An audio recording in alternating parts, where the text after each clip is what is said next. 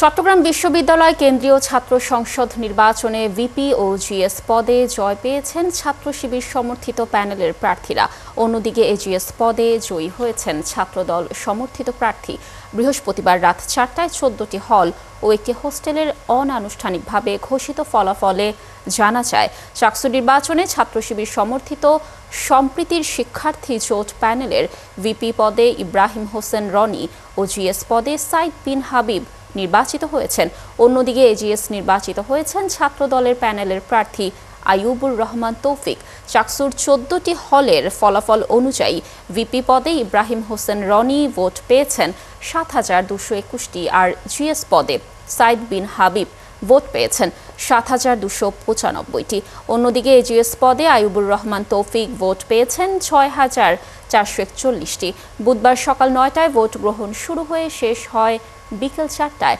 চাকসুর 26টি পদের জন্য প্রতিদ্বন্দ্বিতা করেছেন 415 জন প্রার্থী, আর হল ও হোস্টেল সংসদের 24টি পদের জন্য লড়েছেন 493 জন।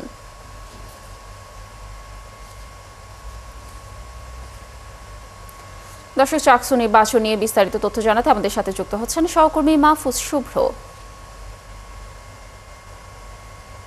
শুভ্র, ফল তো ঘোষণা হয়ে গেছে, ঘোষণার পর প্রার্থীদের প্রতিক্রিয়া কেমন দেখছেন, সাধারণ শিক্ষার্থীরা কি বলছে, জানবো আপনার কাছ থেকে।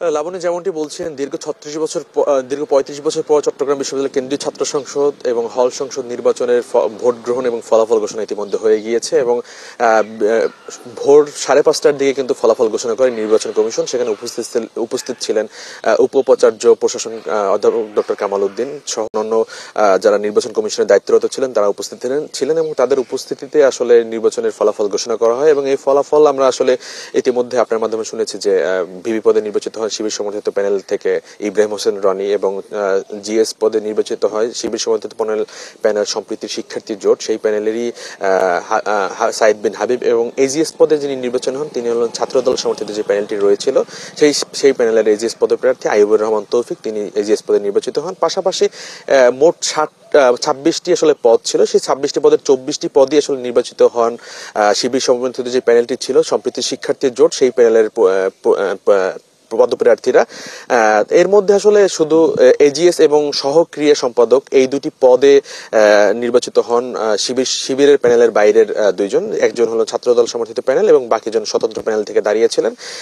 তো এছাড়া আসলে আমরা দেখেছি যে গতকালকে থেকেই কিন্তু নিরাপত্তার চাদরে আসলে ক্যাম্পাস আবৃত ছিল এবং ভোট গণনা থেকে শুরু করে এবং ফলাফল প্রকাশ পর্যন্ত কোনো ধরনের অপ্রীতিকর ঘটনার বড় কোনো ধরনের অপ্রীতিকর ঘটনা ঘটার কিন্তু আমরা দেখিনি। এবং এর পাশাপাশি আমরা শিক্ষার্থীদের সাথেও কথা বলেছি, দীর্ঘ 35 বছর পরে যেহেতু তারা আসলে চাকসু নির্বাচন পেয়েছে, তারা আসলে উচ্ছ্বাস প্রকাশ করেছে, যেহেতু দীর্ঘদিনের একটি অচল অবস্থা ছিল চাকসু নির্বাচনে, সেই অচল অবস্থা কাটিয়ে উঠে তারা আসলে নির্বাচন পেয়েছে।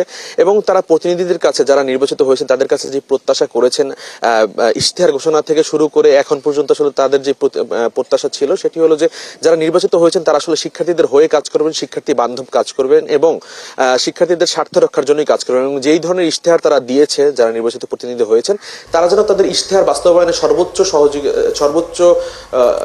ধন্যবাদ আমাদের সাথে যুক্ত থাকার জন্য। দর্শক, চাকসু নির্বাচনের ফল ঘোষণা হয়েছে ভোর 5টা থেকে 5:30টার দিকে। ভোটের ফলাফল ঘোষণার পর প্রার্থীদের প্রতিক্রিয়া এবং শিক্ষার্থীদের প্রতিক্রিয়ার বিভিন্ন তথ্য জানাচ্ছিলেন আমাদের সহকর্মী।